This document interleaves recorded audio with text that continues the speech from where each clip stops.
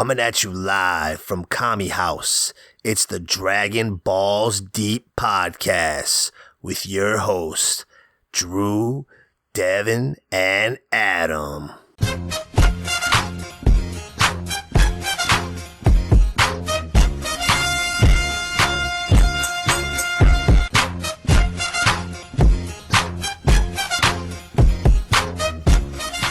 Welcome to the Dragon Balls Deep Podcast, where we review Dragon Ball story arcs chronologically, episode by episode. I'm your host, Drew, aka Crime, joined as always by Adam, aka Coochie. What up? And, of course, Dev, aka Dev. What's up? We'll be jumping a bit ahead and starting with Dragon Ball Z, the most popular of the series, and how most people were introduced to Dragon Ball. This will not be a history lesson, and we are not experts, so you can expect a lot of inaccuracies. We're going to try to keep these shows fairly short, under an hour, but we can't make any promises. Now, before we get into the episode itself, I want to start with a little introduction of how we all first discovered Dragon Ball. Dev, we'll start with you. When did you first become introduced to the series? I became introduced to the series when Toonami got a hold of the episodes, and I guess I was around the ages of 8 to 10. But yeah, my friends pretty much got me into it, and I just remember watching it every day after school. Not quite sure when I picked it up in the series. It was somewhere in the middle, and I don't really think I watched a full saga front to back until like the Buu saga, but it wasn't until like later in life where I actually watched it from beginning to end. So, but it was definitely one of my favorite shows growing up. How about you, Coochie? I got into it when the Fox channel would do Saturday morning cartoons, and they played the Tree of Might movie one day, and when I saw that, I just immediately was like, what is this? It's awesome, and I fell in love with it. And then from there, I watched it when it was on Cartoon Network After Dark, aka Toonami, and yeah, just been watching it from there. I picked it up officially in the series around the Namek/Frieza saga. What about you, Crime? Same as Dev. I discovered it from when Toonami picked it up in, I believe they got it in 98, late 98, I think. And I'm guessing I picked it up right at the beginning because I was already watching shows on Toonami. So, and I do remember watching like entire sagas, like Saiyan Saga and the Namek Saga, so I had to have picked it up at the beginning. Nice. That's a good movie to start with, too, the Tree of Might. Yeah, it was definitely like really action-packed. I remember watching it and just thinking like I've never seen this much action in a cartoon ever. Like I was used to like Power Rangers and stuff like that, but when I saw Tree of Might, it just blew me away as a kid. I was probably like maybe like 9 or 10 at the time. Yeah, I didn't know when I first started watching. I didn't know how old the show actually was. I thought it was like a new cartoon, and compared to a lot of the other cartoons from the same era that they were also showing, it kind of fit right in, or it was even better than some. It's kind of ahead of its time. For sure. Yeah, same. Like I thought it was something new that had just come out. I didn't realize it had been around already for like almost 10 years at that time. Yeah. Let's get into this episode, shall we? Let's do it. Dragon Ball Z, Episode 1, The New Threat, also known as The Arrival, or The Arrival of Radditz, or whatever else. It originally aired on April 26, 1989 in Japan, and on September 13th, 1996 in the US. So, 1989, and Toonami picked it up in 98, so yeah, it's almost 10 years. The series picks up 5 years after Dragon Ball ended.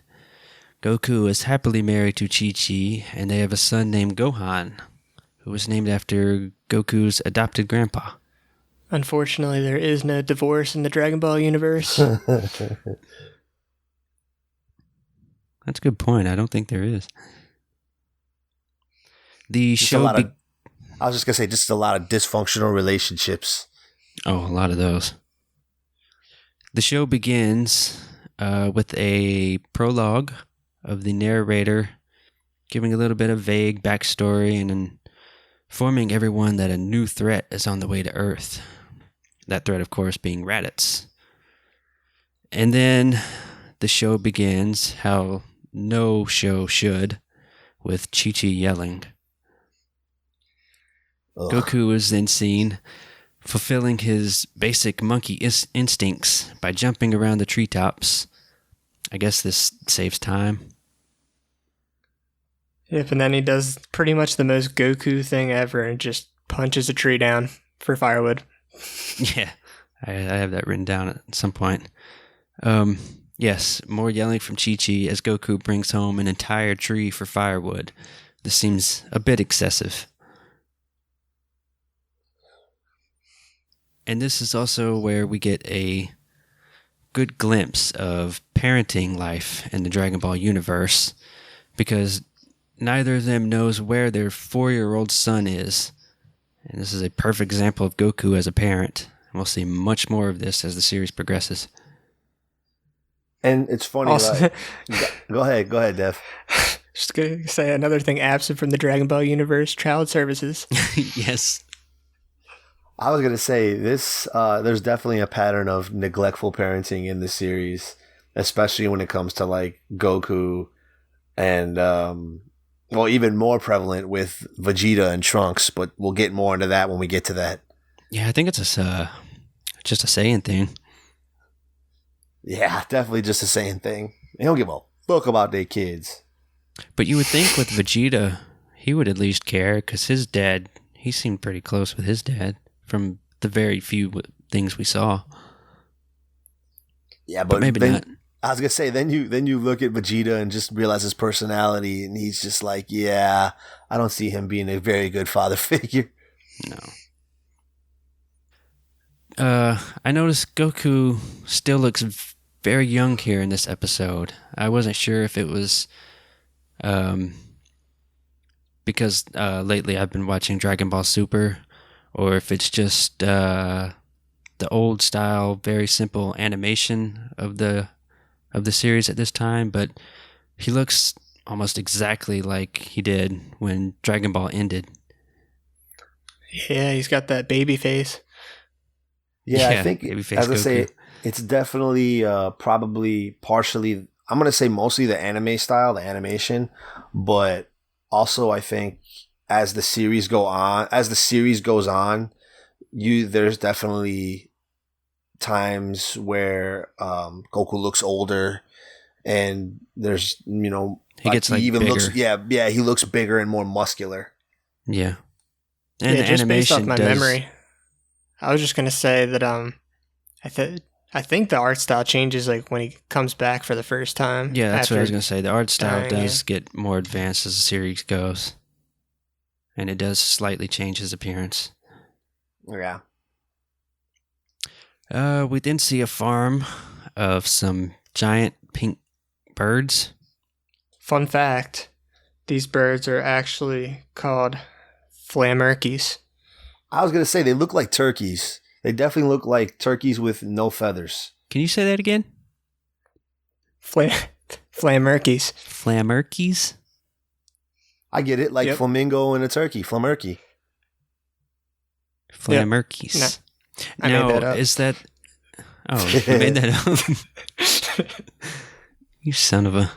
You fuck you. But I mean, it's believable. I believed you. I was going to say, I believed it. I thought he was spitting facts. Damn it. Do they actually have a name? I don't think so. Well, that's what they're called now. I was going to say, we dub the flamerkies. Send us your Flamerky artwork. Oh, I also, on the subject of Flamerkies, I like how there are two types of animals in the Dragon Ball universe. There are the actual animals, like the Flamerkies, and then there are the humanoid animals that can talk and drive cars and they wear clothes. It's pretty bizarre. Like Mayor Cat. A cat. Or no, he's the king. No, he's a dog, though. He's the... Oh, is he a dog? Yeah, he's like the king of the earth. He's a dog. He's blue. Yeah, he's a little blue dog thing. Or he might be a cat. I thought he was a dog. No, it's probably a dog. I just don't remember well. And you have Corrin. Corrin's a cat. He talks. He's a lot more animal side than the humanoid side. And then, of course, you got everybody's favorite pig, Oolong. Yes. Is he actually a pig, though? Yeah, he's a Because, pig. he's a shapeshifter, so I don't know if... does he just take the form of a pig? Nah, he's not that good of a shapeshifter. I was going to say, I've only seen him in pig form. There's whatever the hell Puar is. I've seen him in ladder form quite a few times. Oolong? Yeah. Yeah. But most of the time, he's just a ladder.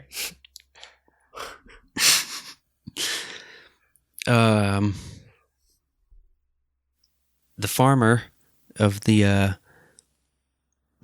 what are they called again? Flamerkies. The Flamerky farmer sees Radditz's spaceship coming down from the sky, and he gets all freaked out. So what does he do? He drives over to see what it is. When I was rewatching this scene, it reminds me so much of that scene in Men in Black when the alien first crashes down. With Edgar. Edgar, yeah. It's my truck. You can have my gun when you pry it from my cold, dead hands. Your proposal is acceptable. Sugar. No, what's he say? Water. Yeah. Sugar. He says sugar. Give me sugar. And then she With hands water. it to him. In water. Unfortunately, Radditz does not need a new set of skin. No, but he's definitely one of those guys that will take your gun from your cold, dead hands. Yeah. As we see, Radditz appears from the space pod, and how does he fit in this tiny little ball? We may never know. I was gonna say I do dig his entrance. Like he's just like levitate. He just like floats out of the crater, like just straight up G style. It needs some like entrance music to play with it. Exactly. I was just going to mention that, keeping with the Radditz entrance. If you're debating which audio track to listen to when you're watching Dragon Ball Z, this is the best argument, if any, for the one with the Bruce Falconer music. I want to say it was the original Funimation music. Probably. But Radditz comes up and they just got this fucking dope drum track going.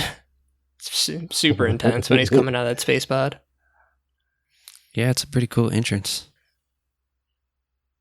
Radditz then begins talking to himself about how everyone on Earth is still alive and how Kakarot has failed his mission.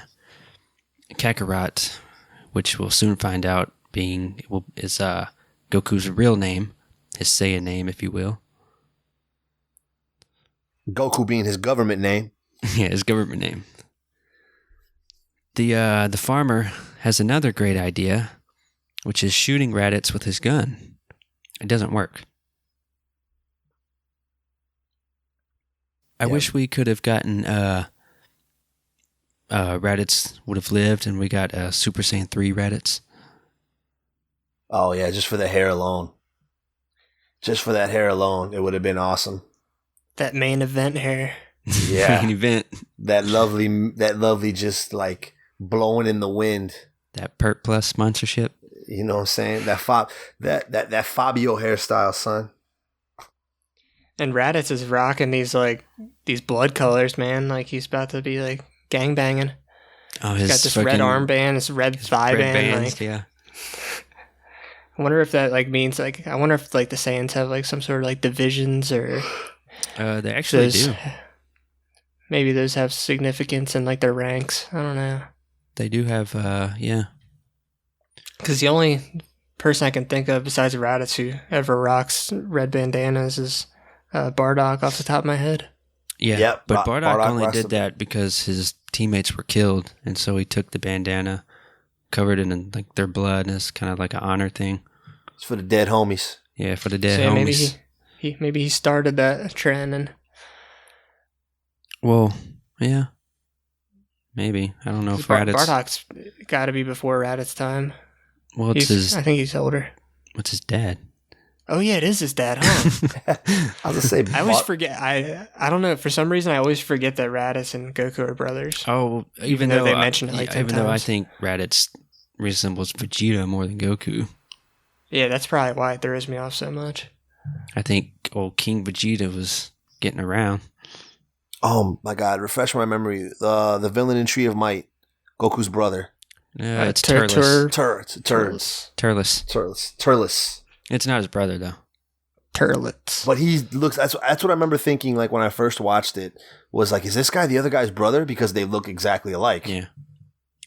Turles is kind of like a what if. Like if Goku had never hit his head, like he would be Turles. Yeah. Essentially.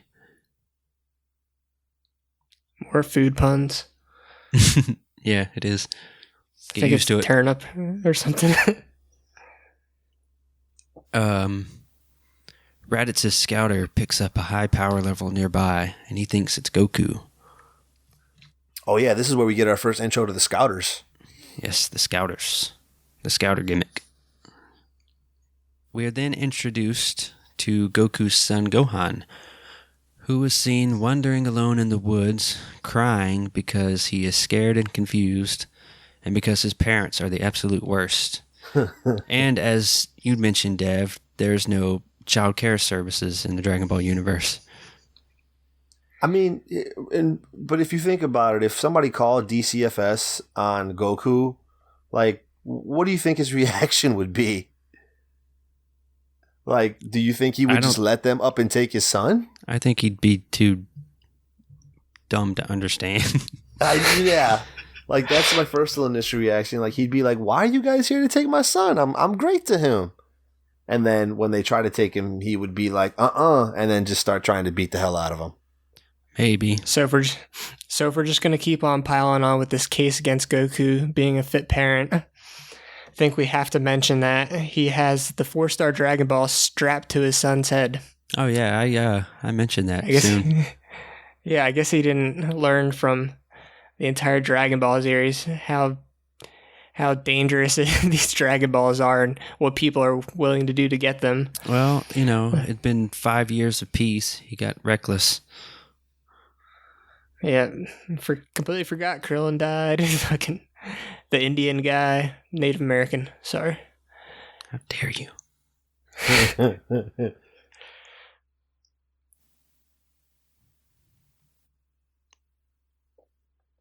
Of course, like any child, Gohan has a very short attention span, and he gets distracted by a butterfly. Gohan can't climb a tree because the butterfly landed on a branch, and he can't climb the tree, so he wonders if the tree has an elevator. Now, he apparently knows what an elevator is. I can buy this. I guess he's been to the town with Chi-Chi maybe, and he's seen them or ridden in them, whatever. But does he not know that trees don't have elevators? Or has he actually seen a tree that does have an elevator? I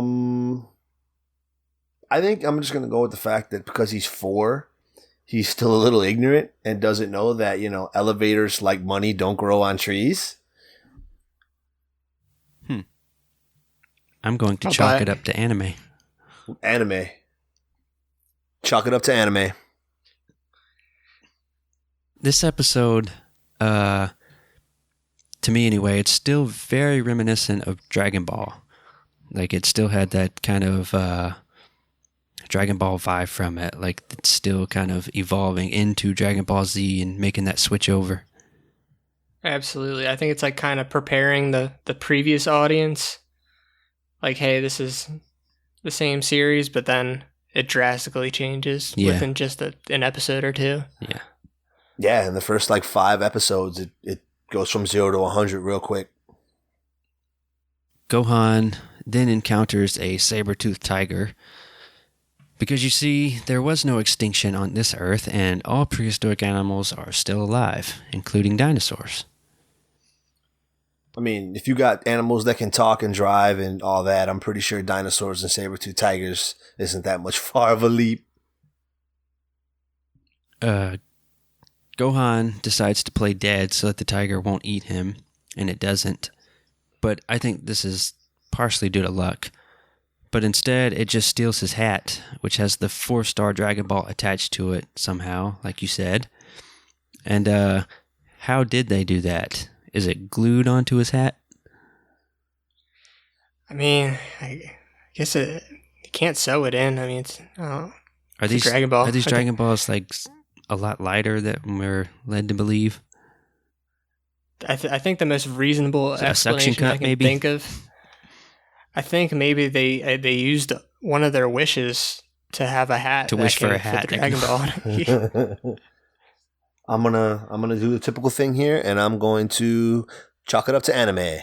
And while we're talking about Gohan's hat, just wanted to point out that his outfit is super familiar to the Crane Hermit. I don't know if that has any significance at all, but it looks almost exactly the same with just a reversed color scheme. Chaosu donated some clothes. They're the same size. I was Because, gonna say Goku ain't got no damn money. I was gonna say Hand-me-downs. because Goku and Chi-Chi they don't care enough about their son to give them clothes.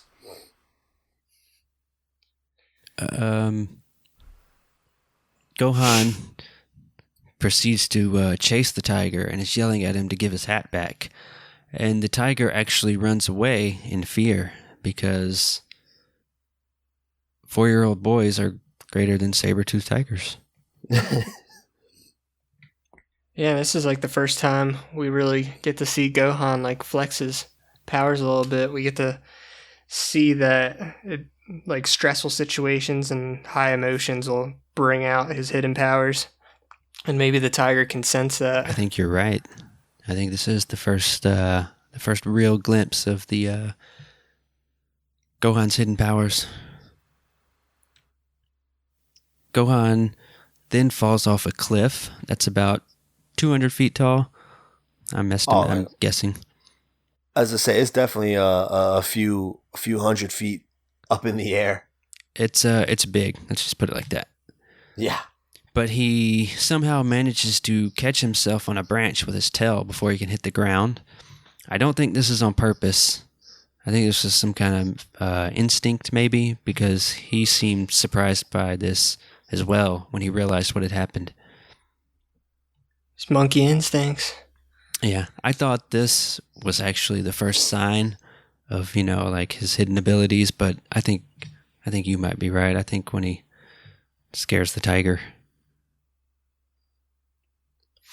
Yeah, for sure. Then his ADD kicks in, and he gets distracted by a bird on a log. He talks to this bird.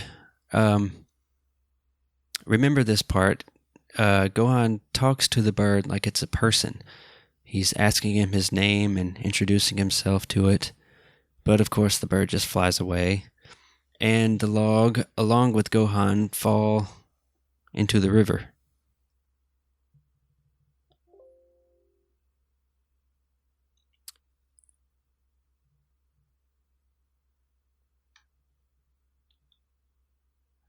Goku, who has been running around the woods looking for Gohan, probably not very hard, as he doesn't seem concerned at all. They should have got Billy Madison to motivate Goku here.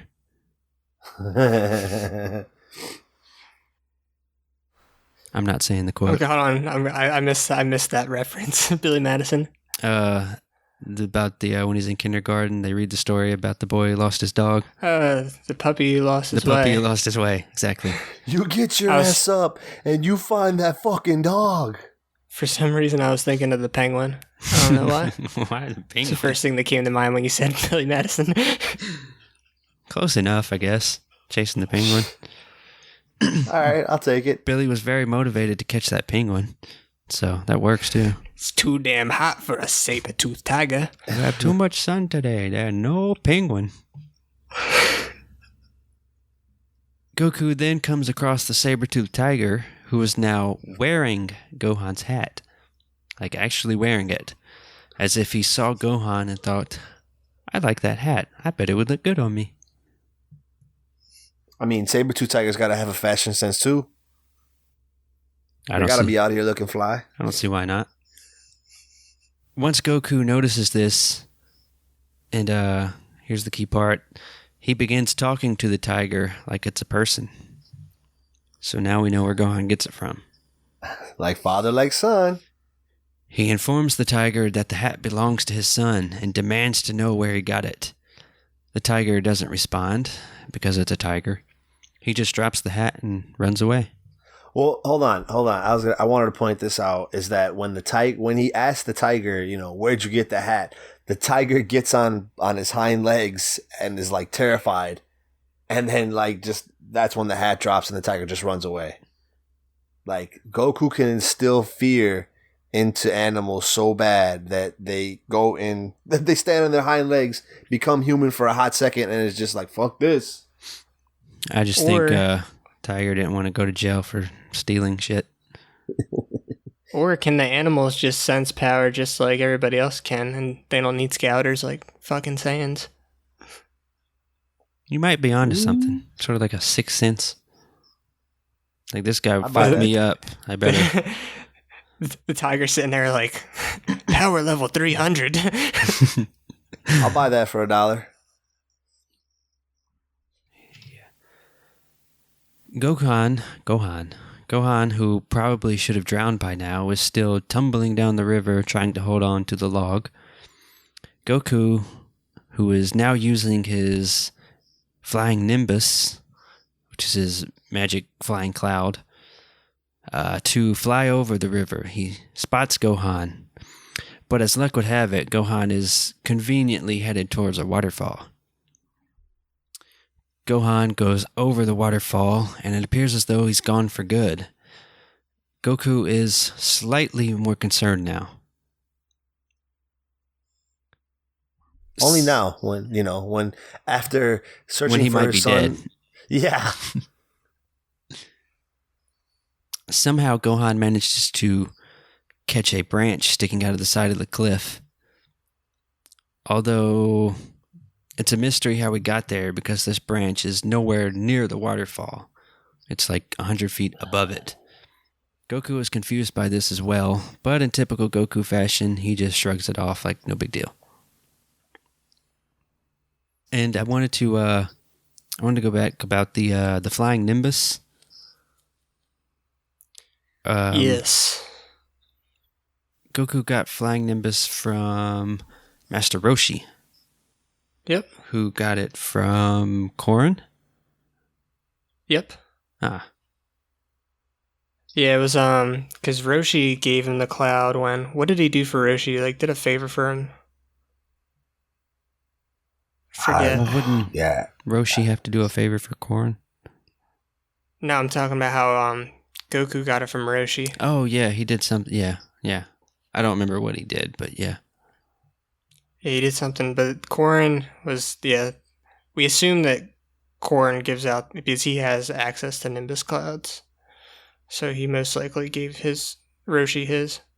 I think there's other types of Nimbus clouds. I think there's evil Nimbus clouds, because how else was General Tao riding one, or General Tao, Mercenary Tao. Mercenary Tao, yeah. Riding one down Korin Tower. That's a good question. I was gonna say, didn't Goku save Roshi's life? Isn't that how he got it? Yeah, I'm just trying to remember how, or like what transpired. Like, yeah, he did something to like save. Was it Roshi? Was he drowning or something? Nah. I know it was something like something that was like kind of trivial, but like, yeah, he Maybe saved it was Turtle's Roshi's life. Maybe he saved the Turtle's life. That could be. Yeah. I think it was the turtle. We'll get to it one day. Yeah, one day. Did he save the turtle from drowning? Probably. I think the turtle was lost. On an island? Nah, he's a sea turtle. He swam away from the island. Sea turtles. You think Roshi probably just should have traded his good Nimbusin for an evil one? Because he was probably only able to ride that thing for a short period of time. If ever. Yeah, if ever.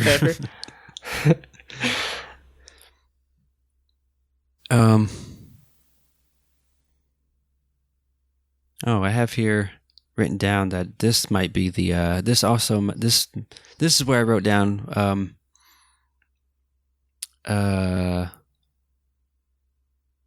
it's another sign of Gohan's little secret, if you will. Yeah, Goku kind of just notices it too.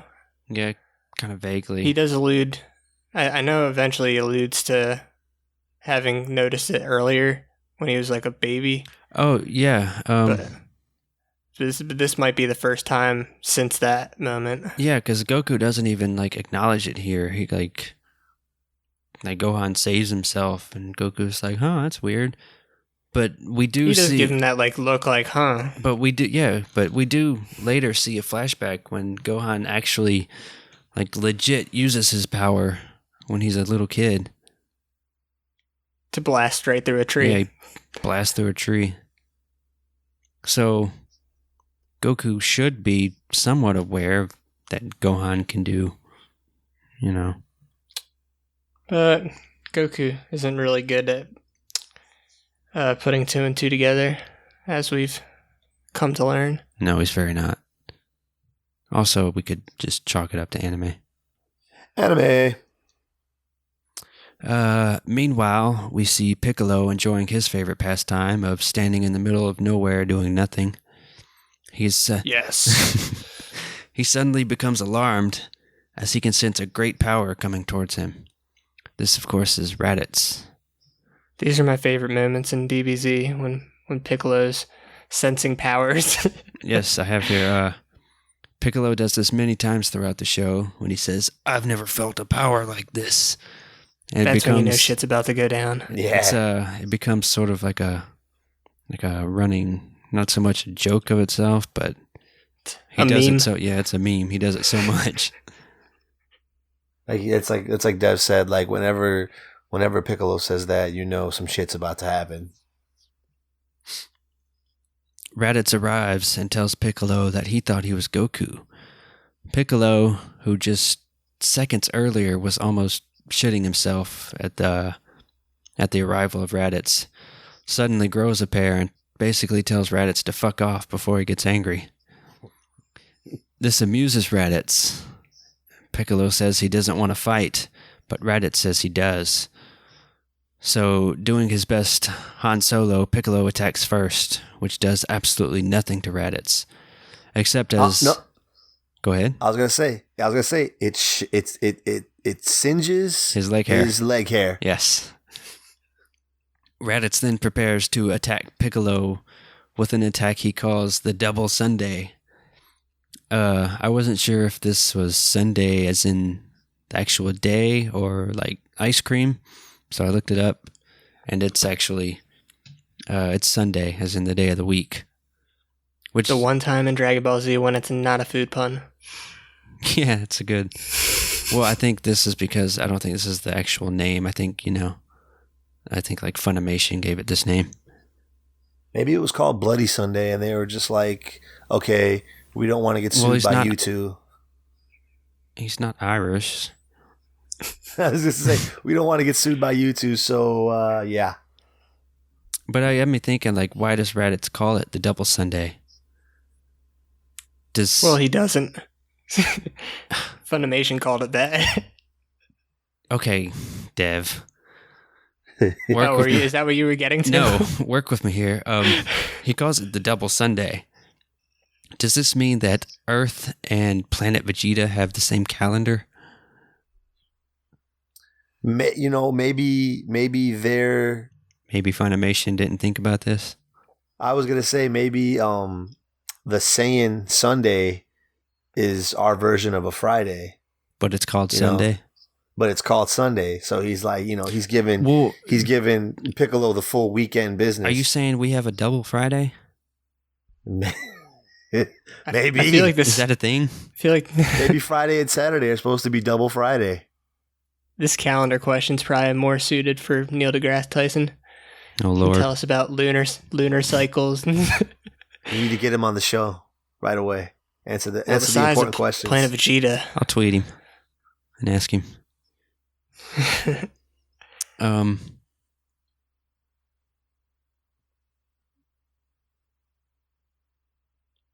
Bloody Sunday, or yes, double Sunday. it is impossible that Planet Vegeta, I guess, has a day of the week called Sunday, even though it's not. But everyone in the I mean, maybe other planets have Sundays too, and he could have picked it up from one of the many planets they've raped and conquered. well, I mean, pretty much everyone in the universe speaks the same language, aside from like the It's true. Namekians. Speak English or die, damn it. Speaking of languages, this is a good segment. A good time for this segment, subs versus dubs, where we determine which version was better, the American or the Japanese. And in this conversation, the American version, Piccolo pretty much doesn't really instigate the whole fight. He pretty much just says, I have no intention to starting a fight. Japanese version, not so much. Japanese version, he asks Radditz, do you want to die? Do you know who the fuck you're talking to? I added the fuck for emphasis, but I know what they meant. I was gonna say I could definitely picture Piccolo saying, "Do you know who the fuck I am?" I like that version better. People know me. Yeah. People know me. So yeah, I think subs win that battle. Yeah, I vote subs. Subs it is. Subs wins. Flawless victory. Before Radditz can attack, though, his scouter picks up another high power level, a higher power level. Presumably Goku, and he forgets completely about Piccolo and he flies away. Piccolo worries that Radditz, quote unquote, could be a problem, which I guess is kind of true. He could have been a problem had he not gotten dealt with. Radditz ain't got time for the green man. The Green Man. That's racist. Racist. Meanwhile, Radditz again talks to himself. I guess he does this to sort of inform the audience and further the plot. But he talks to himself while he's flying, and he gives some very vague hints about Goku's past. And the show ends there, with Mr. Narrator talking, of course, telling us to wait for the next episode, as usual, like he likes to do. Leave And it's us interesting hanging. because I believe the narrator talks about he mentioned Saiyans, which I don't even think they mentioned that word throughout the whole episode. No, I don't think they mentioned Did Saiyans until maybe the next episode or even the one after that. I think the next episode is when they mention it, because I believe Radditz talks about Saiyan pride. Possible. I do remember, the whole Saiyan pride thing with Radditz. I want to say, I don't think it's until next episode. Interesting. I wonder if Radditz has Saiyan pride tattooed on his chest in Old English. I hope so. It's definitely a must. It's what the Dragon Ball series is missing. We need more tattoos. That's what Nappa needs. That'd be good for Nappa. Because he's always fucking shirtless and whatnot. Yeah. Always busted up. What'd you think of the episode? Go ahead, Dev. Tell him. I don't think it was too bad. The parts with Radditz, I think, are interesting. And, I mean, stuff happened. I mean, there's a lot of filler with pretty much any part with Gohan, Chi-Chi, and Goku, but it was a good start, a good introduction of some new characters, some old familiar faces. Yeah, I was gonna say it's a good segue from the people that watch Dragon Ball and are getting into Dragon Ball Z, and even the people that are just coming into Dragon Ball Z and watching it for the first time. It's a good segue into the series and lets them know, like, this is what you can expect, for now. I agree with most of that. I found it to be pretty uneventful overall, nothing special, but it was a nice little quick introduction to, new characters like Gohan and Radditz, and then, showing everyone that, Piccolo's still around, and it was all right. Left you with a nice little cliffhanger, sort of. Makes you want to watch more. Which is a staple of the Dragon Ball series. Cliffhangers? Yeah, I think this episode it doesn't hold up really, because if you've already seen the whole series, like, you know who Radditz is, you know who the Saiyans are, but if you were like just picking up the show after watching Dragon Ball, I'd say it'd be a welcome surprise, because you have those last 5 terrible episodes of Dragon Ball and kind of picks up right where it left off in the beginning of this episode, but then we get introduced to Radditz, and it's a pretty exciting premise. What if you had never seen Dragon Ball, and this first episode, Dragon Ball Z, is the first episode you saw? Well, I was gonna say that's what I said. I think it would be like a good, even for anybody that's never really seen the Dragon Ball series. If you watch Dragon Ball Z for the first time and this was your first episode, it would definitely give you something to, be intrigued by and something to watch. Some things to look forward to, like what's going to happen when, Radditz finally meets Goku, and then what's basically going to go from there as far as the whole series. Interesting. Because I'm not completely sold that if this was the first episode I saw, that it would like hold my interest. Just because of how not a whole lot happens, and a whole lot of it is just Gohan roaming around crying, and aside from the moment when Radditz and Piccolo meet, there's really no type of action or anything. Yeah, there's pretty much Gohan getting lost in the woods, the farmer trying to shoot Radditz, and Radditz catching the bullet literally, and then the farmer catching the bullet figuratively right in the middle of his dome. And then, the whole Piccolo Radditz meet up. But actually that kind of leaves something too, like, because it's like I said, it's like Radditz was like, oh, well, I found a bigger energy source, so I don't have time for you, Green Man. Like, if I was watching it and this was my first episode, I would definitely be a little intrigued to watch and see what comes next. Yeah, I don't know. Yeah, hard to say. There's just too many factors, like how old am I when I'm first watching this first episode? That's true. That's true. Good point. That's probably the biggest factor of them all. Because I'll tell you right now, if another show came out like Dragon Ball and I watched the first episode and it was similar to this, I doubt I'd watch it. True. I'd probably give it the old, 3 to 4 episode test. I, watch an anime for about 3 to 4 episodes, and if I like it, I keep watching it. If not, well, guess what? Agreed. And on that note, we're going to wrap this up. You can follow us on Twitter at DBDpod. And we also have a website. Well, the website is not up, but we do have a forum. timewasted.tv/forums. So come say hello if you would like. And tune in next time for another episode of Dragon Balls Deep Podcast.